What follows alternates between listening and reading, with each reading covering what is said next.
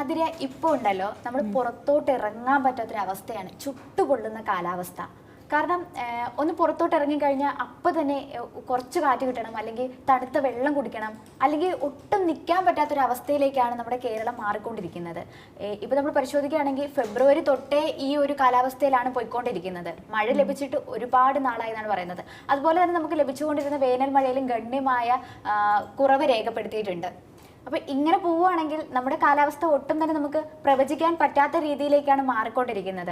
ഇപ്പോൾ അധികമായിട്ടൊന്ന് മഴ പെയ്ത് കഴിഞ്ഞാൽ നമുക്ക് ടെൻഷനാണ്, ചൂട് കൂടുമ്പോഴും അതിനേക്കാൾ ടെൻഷൻ. എനിക്ക് തോന്നുന്നു മഴയേക്കാൾ നമ്മൾ പേടിക്കുന്നത് അല്ലെങ്കിൽ ഭയക്കുന്നത് ചൂടിനെയാണ്. അതിനെ പ്രതിരോധിക്കാൻ ഒരു തരത്തിലുള്ള മാർഗവുമില്ല നമ്മുടെ ചുറ്റിനും.